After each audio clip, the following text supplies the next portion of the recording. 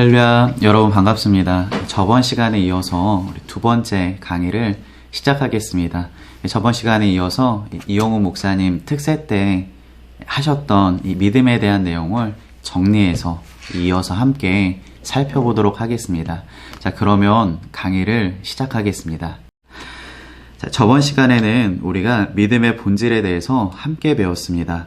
믿음의 본질을 한마디로 정리하면 거룩한 꿈을 꾸고, 그리고 그 꿈이 실제로 이루어질 것을 믿고 또 하나님 말씀을 의지해서 믿음으로 행하는 것을 믿음이라고, 믿음의 본질이라고 우리가 함께 공부를 했습니다.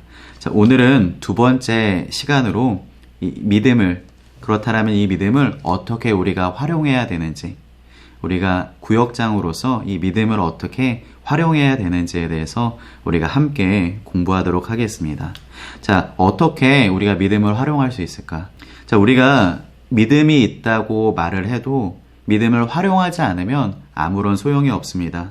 만약에 은행에 내가 돈을 가지고 있다고 하더라도 그 돈을 써야지, 돈을 사용해야지 그것이 나의 돈이 되는 것처럼 믿음도 내가 실제로 삶 가운데 사용을 해야 그것이 효력이 발생한다라고 말할 수 있는 것입니다. 그래서 믿음을 땅에 묻어놓고 있으면 절대로 안 된다라는 것입니다. 그래서 5달란트, 2달란트, 1달란트의 그 달란트 비율을 통해서 이 5달란트 받은 사람은 5달란트를 남기고 2달란트를 받은 사람은 2달란트를 남겼잖아요. 그런데 1달란트 받은 사람은 그것을 땅에 묻어두었다가 예수님으로부터 책망을 받는 그런 일이 생기게 됩니다. 그래서 우리도 이 믿음을 적극적으로 활용해야 한다는 것을 우리가 잘 알게 됩니다. 자, 하나님은 우리 각자에게 믿음의 분량을 주셨습니다. 예수님을 믿을 때 어떤 사람은 1달란트의 믿음을, 또 어떤 사람은 2달란트의 믿음을, 그리고 어떤 사람에게는 5달란트의 믿음을 주셨는데 각자 믿음의 분량대로 주신 것이죠. 그래서 우리가 믿음을 활용해야 된다라는 것을 기억하시기를 바랍니다. 조용길 원로 목사님께서 이전에 세계교회 성장 세미나를 하실 때, 세계를 다니시면서 이 교회 성장 세미나를 하실 때 하셨던 말씀이 있습니다.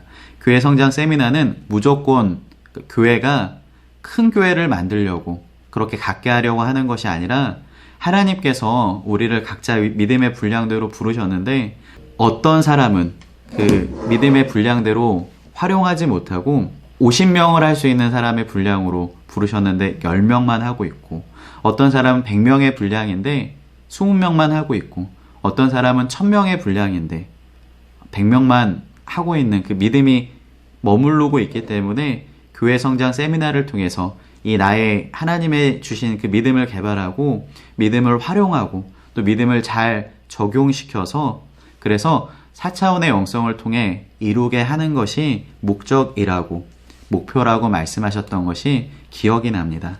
자, 그래서 오늘 우리도 이 강의를 통해 우리가 이 내용들을 함께 나누면서 믿음의 분량을 극대화할 수 있는 그런 은혜가 있기를 바랍니다. 자, 그러면 우리가 어떻게 이 믿음을 활용할 수 있을까?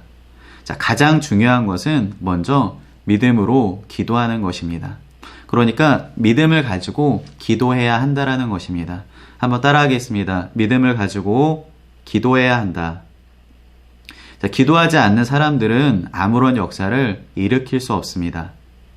대단히 불행하게도 예수를 믿으면서, 그러니까 우리가 예수님을 믿으면서도 기도하지 않고 또 신앙생활을 하고 있기 때문에 많은 문제가 우리 가운데 일어나게 되고 또 많은 문제에 갇혀 있는 것입니다. 근데 많은 문제가 해결되지 않는 것이죠. 그래서 닫혀있는 문을 여는 열쇠가 바로 기도인데, 이 기도하지 않으니까 늘 그 문제가, 또 문이 닫혀 있다라는 것입니다.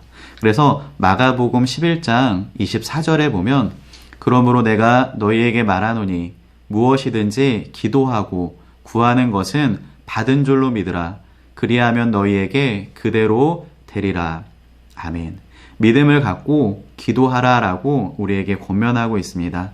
자, 하나님께서는 믿음의 기도를 통해 놀라운 일들을 이루신다라는 것이죠. 그래서 우리가 기도해야 한다라는 것입니다.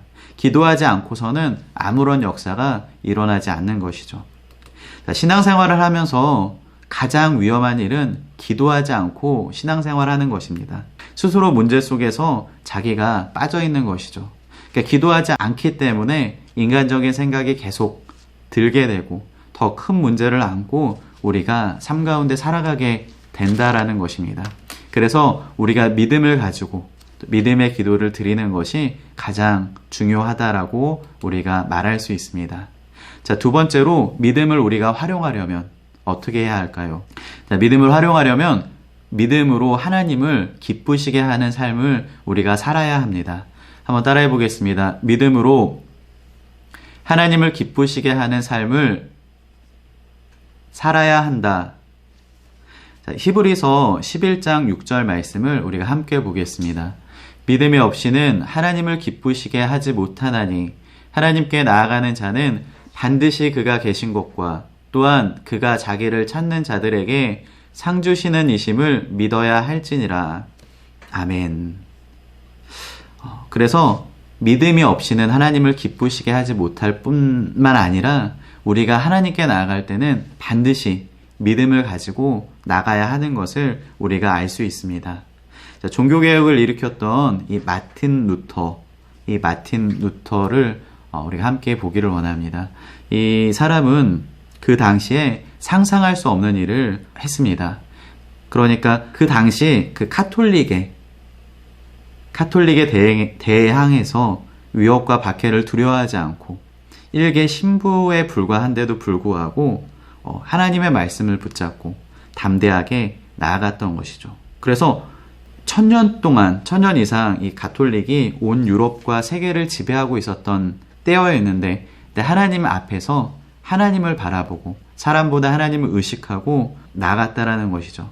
그래서 당당히 맞서서 95개의 조항을 가지고 또 종교개혁을 일으키게 된 것입니다. 그래서 성공하게 되는 것이죠. 그것은 바로 이 마틴 루터가 사람이 아니라 하나님 앞에서의 의식을 가지고 살았기 때문에 가능한 것이었습니다.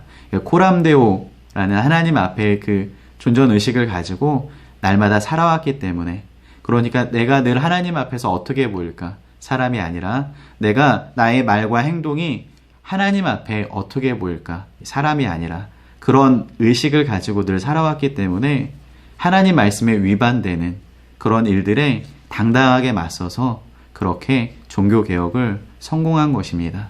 그러니까 내 신앙 양심에 맞지 않는 것에 대해서 담대하게 믿음으로 나아갔던 것이죠.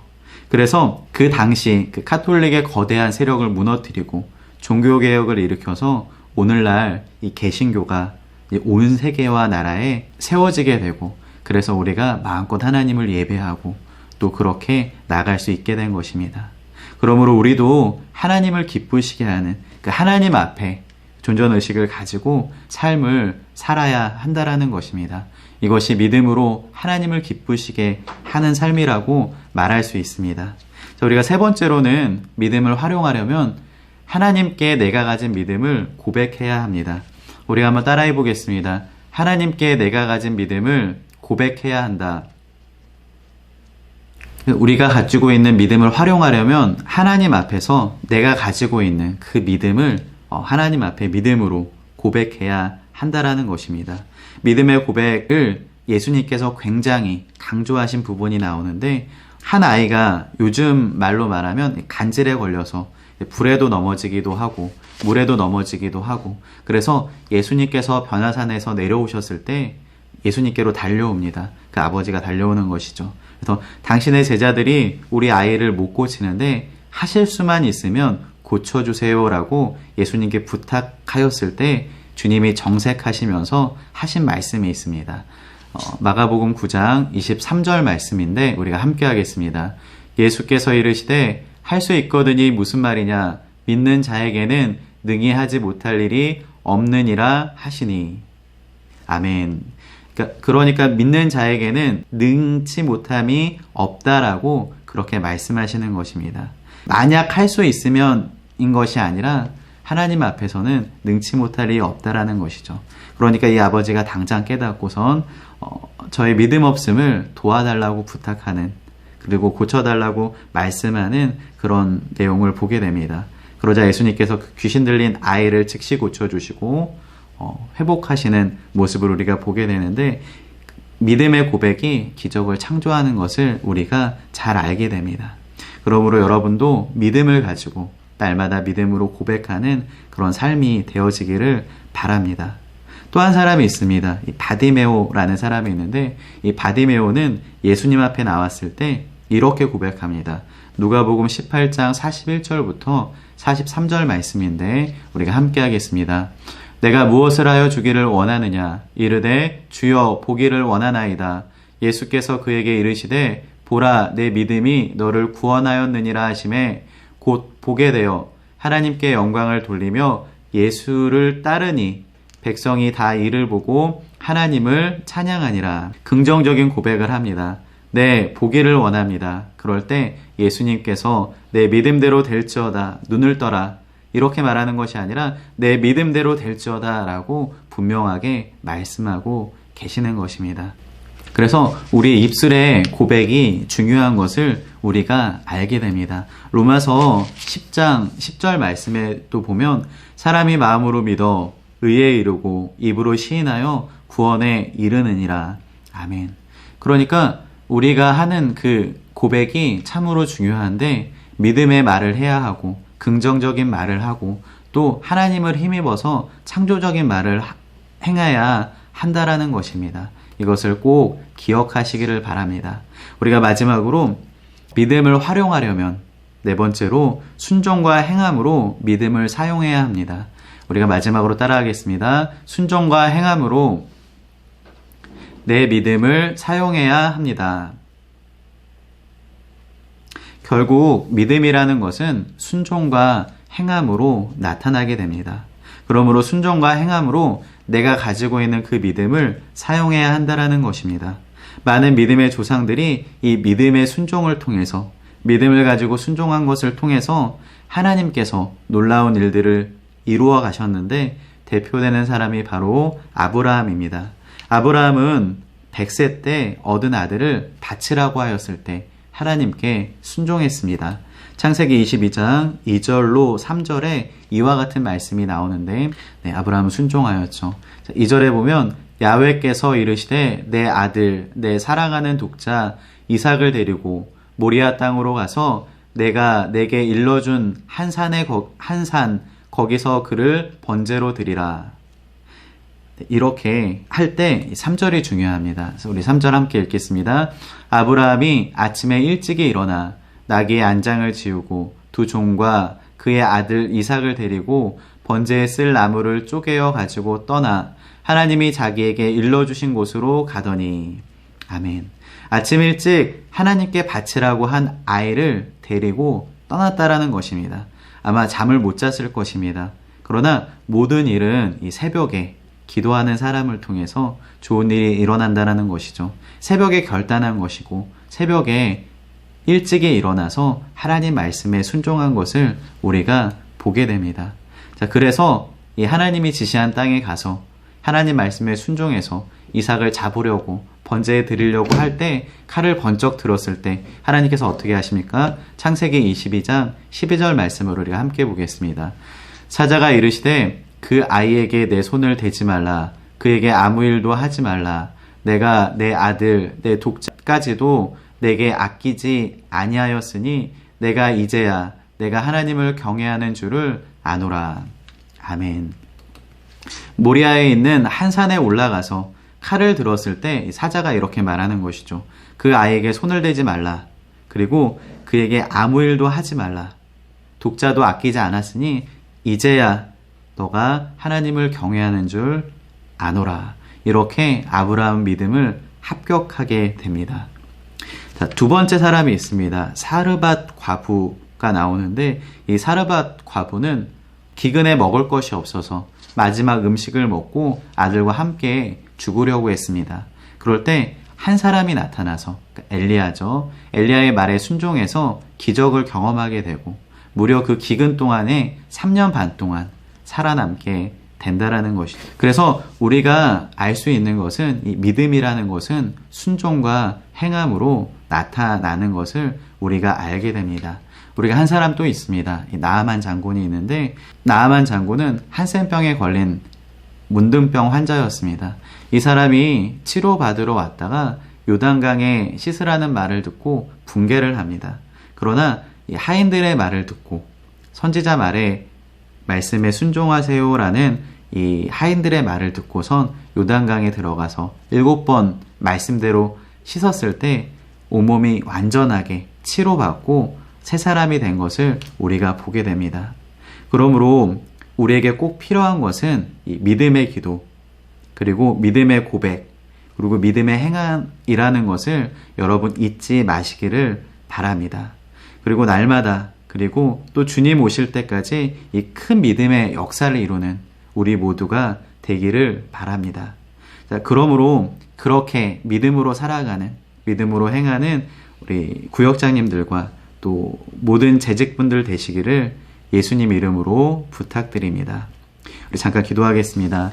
하나님, 또 우리 두 번의 강의를 통해서 함께 믿음에 대해서, 믿음의 본질과 또 믿음의 활용에 대해서 우리가 함께 나누게 하심을 감사드립니다. 새롭게 세워진 구역장님들과 또 함께 나아가는 우리 구역장님과 재직분들을 기억하여 주셔서 늘 믿음으로 충만하게 하시고 행함이 있는 믿음이 되게 하여 주시고 하나님을 기쁘시게 하는 믿음이 되게 하여 주셔서 잘했다 칭찬받는 우리 모두가 되게 하옵소서. 감사드리며 예수님 이름으로 기도드립니다. 아멘. 수고 많으셨습니다. 이것으로 이번 강의를 마치겠습니다. 감사합니다.